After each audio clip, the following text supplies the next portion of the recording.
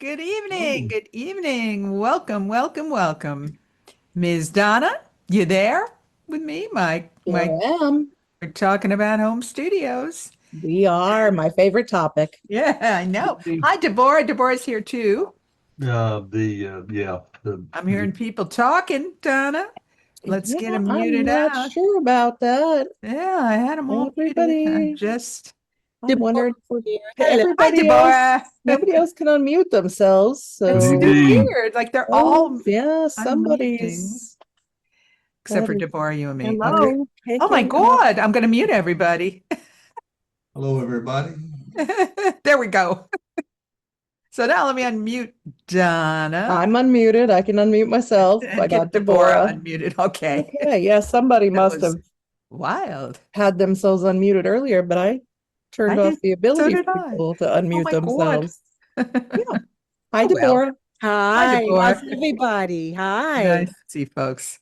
Great and welcome. We're going to talk home studios tonight. How do you like my little AI I didn't make this picture, but after I found it, I was like, what the heck is that thing in front of the microphone? That's like an AI thing. Let me put it back. Hold on. It's like a crazy pop filter. Look at Yeah, it that. looks like they merged a pop filter and a speaker. It's like It weird. looks like a speaker. Like a Yeah. horrible sci-fi experiment. Yes. I love Yes. the colors though. Yeah, no, I liked it too. The Yeah. colors are beautiful. So autumnal. But anyway, I digress because tonight we're going to talk about your home studio, the key piece of your voiceover. Like, you're right. It's so wacky. Anyway, quick reminder to turn your phone off so you're not distracted. You can give us 100% of your attention because this is all about you and your voiceover business, your life and your love, hopefully.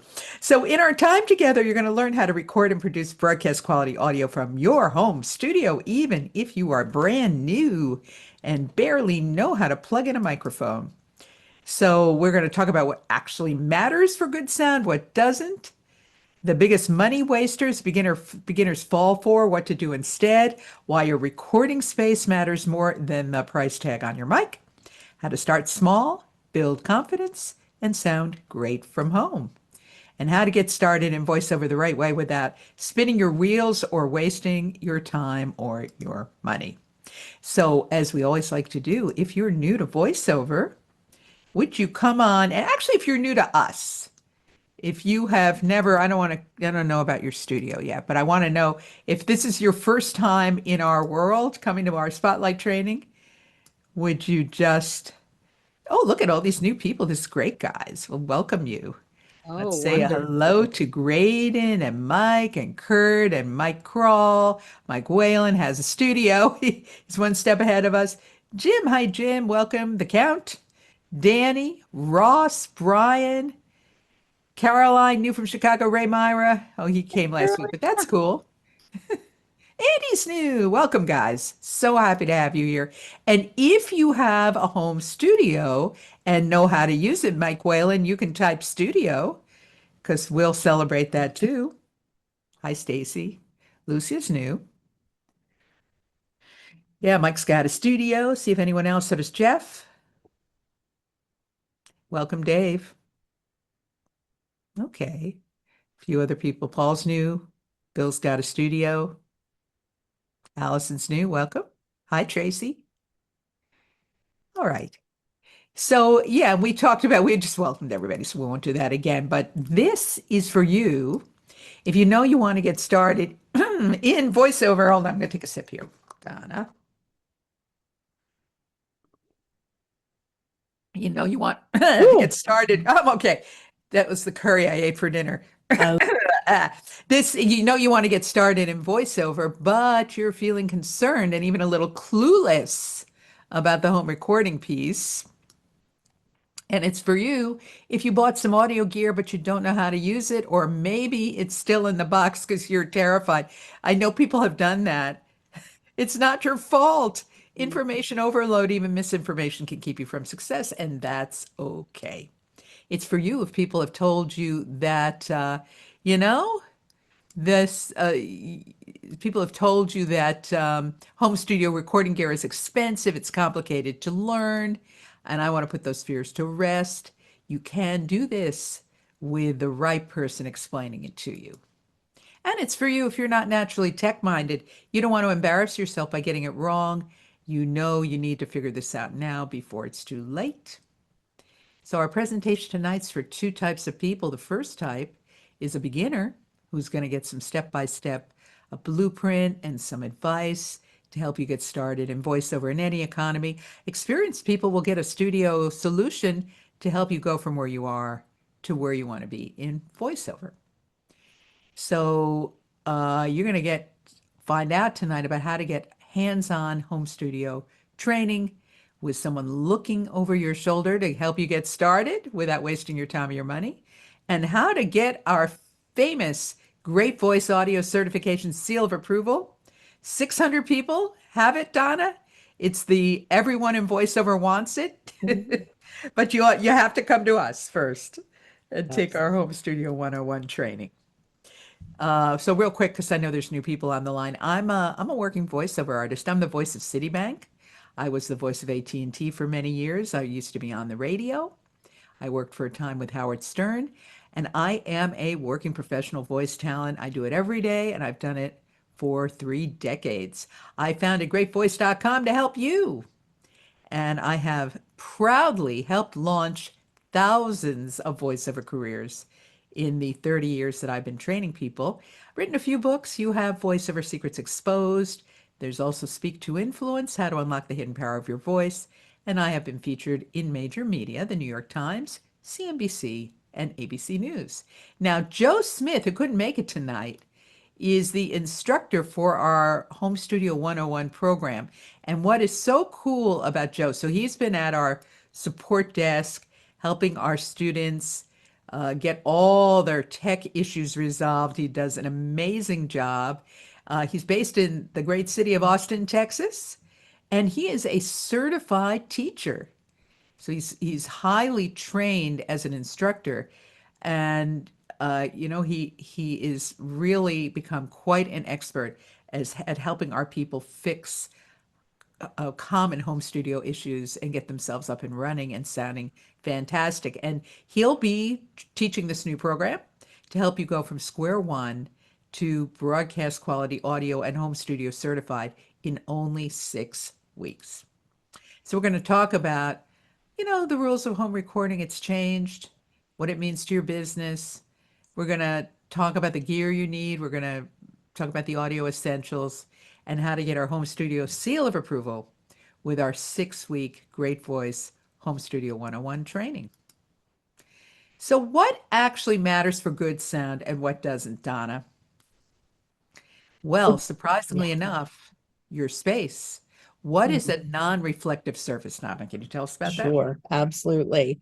A reflective surface is going to bounce your sound back to you. So non-reflective surface would be things with texture and softness that are going to absorb or disperse the sound in a way that it doesn't get picked up by your microphone again and make you sound hollow. Mm-hmm. Yeah. And that people don't realize that, so when you're in a voice booth or you're in a professional studio, obviously you see all that foam on the wall and sound baffles and all kinds of things. And when you're going to start to record at home, the little things that like say there's a picture behind you with a glass frame, that's reflective. Say your desk, God forbid, is made of glass. That's also reflective. It's a horrible thing. Metal enameled filing cabinet right next to their desk.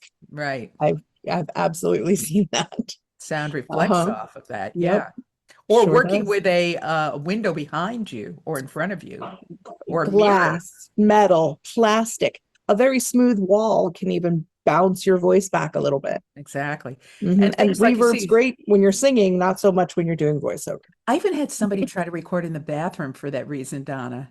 Yeah. Because how good they sound in the shower, like it Right. reverberates. It's No, great for not singing in the voiceover. shower, not for voiceover. No, it's not at all.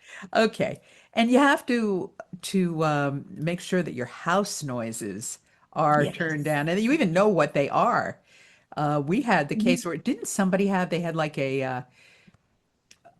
a gas meter or something that was The making noise. electric meter. Yep. Yeah. Steve had his electric smart meter on the outside of the house was creating a hum in his microphone. Yeah, So it was actually, he couldn't hear it audibly, but it was coming up in the recording I picked up. because it was a distortion from the electrical field from the smart meter. And of course, the HVAC system, the heating, the cooling, Mhm. like you might need to turn that off when you record and manage your housemates. Say, guys, put on a sweater. I'm about to record. I got to turn off the heat or the AC. Mhm. We had a student too, Lee, who had crickets outside his window. Sure did. And he short of blowing up the bush they lived in, which he didn't do, he built a baffle that fit in his window to mute Mhm. that sound. And it worked really, really well. See, these are the things you got to think about, and Joe will help you. And you want to record in the quietest part of your house, which is totally different for everyone. Some people have a closet, some don't. There's inside rooms, basements. We help you figure that out. And you treat the space, interestingly, Donna, in front of behind your mic, right? And around yourself as much as possible, but it's that Yeah. space behind your mic, like Yes. you're talking into it behind the Yeah. microphone. Controlling all of those surfaces and minimizing the amount of space that you're dealing with, isolating yourself from the rest of the room if you're in a bigger room, or if you're in a closet, having that door closed and treating the hard surfaces in there. Very, very important in front of and around the mic. Yeah, and you kind of like Mhm. cozy up a little bit, so make the space Mhm. you're recording in a little smaller Yes. for that reason. So, what matters? Well, a professional quality microphone, but you don't have to go crazy. Now, we are now recommending that all our students start with a USB microphone for simplicity's sake. The quality of those USB mics now is excellent. They serve for you can record anything on them. You can do a job on a USB mic if you get the right one.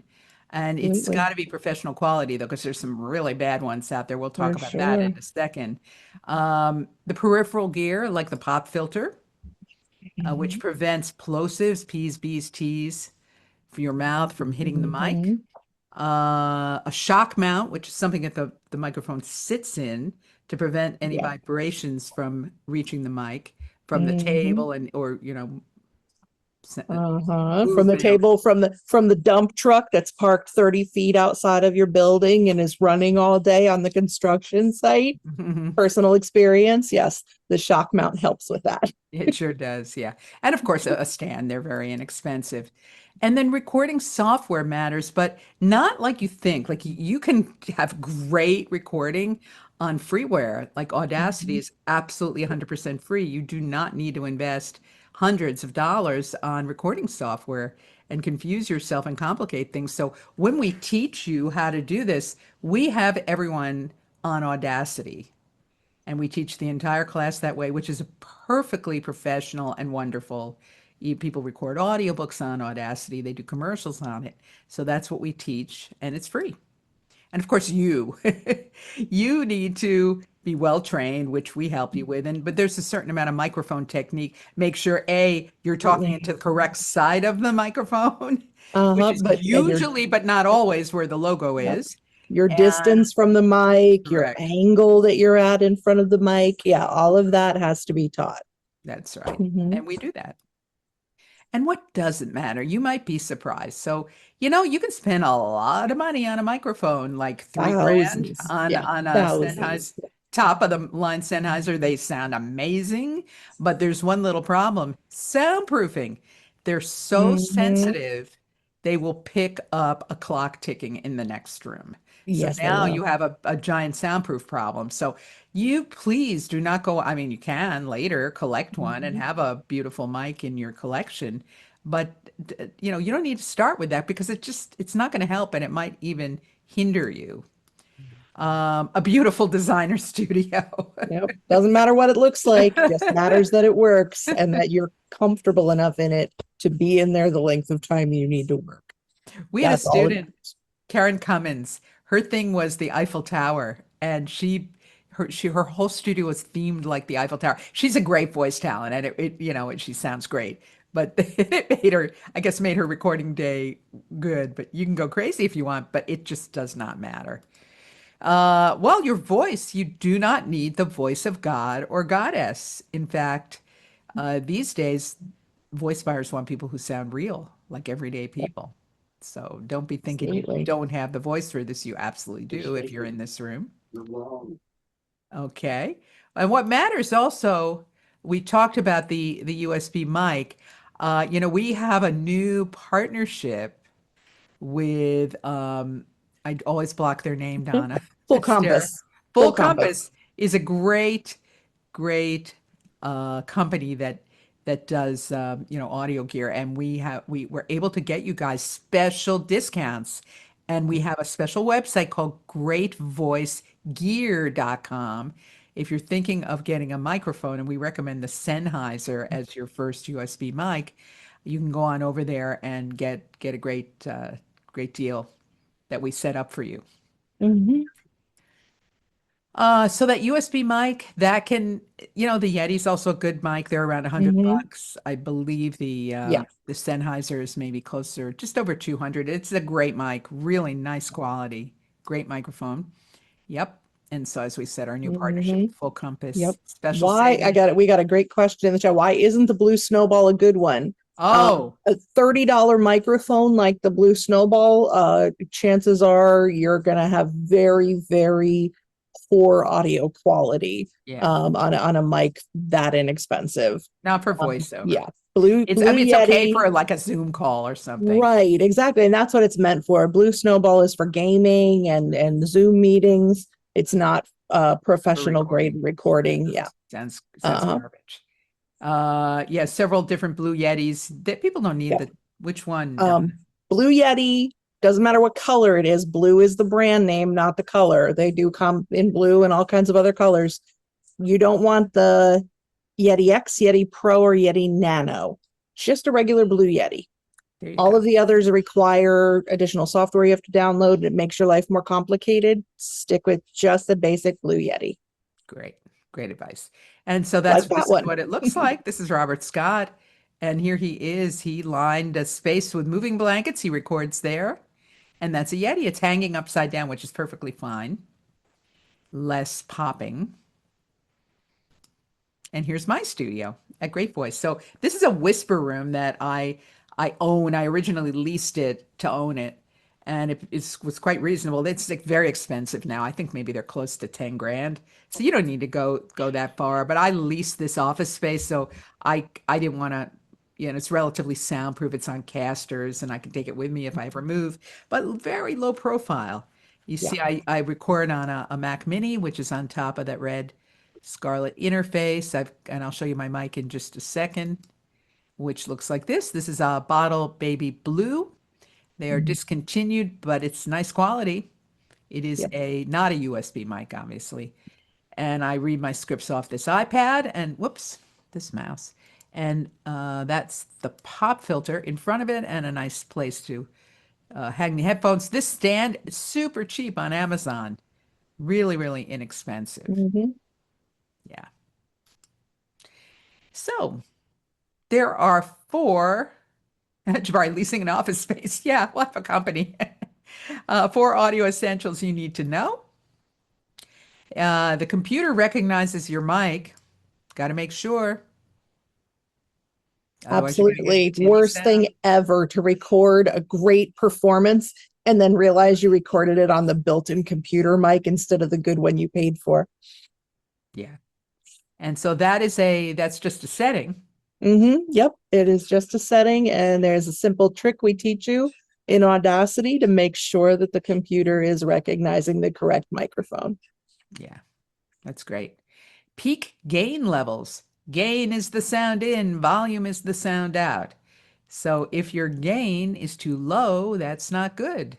You want to get it up to the correct level. If it's too hot, too high, there'll be distortion. So Yep. that's like the first thing we teach you. Your noise floor. So noise floor is the noise in the room when you're not recording. Every room has noise, and it should be a certain level for the best sound. And we do teach you that. Editing, so you don't completely eliminate all your breaths. You want to sound human, but we teach you how to minimize them and normalize the sound so that all the peaks are equal.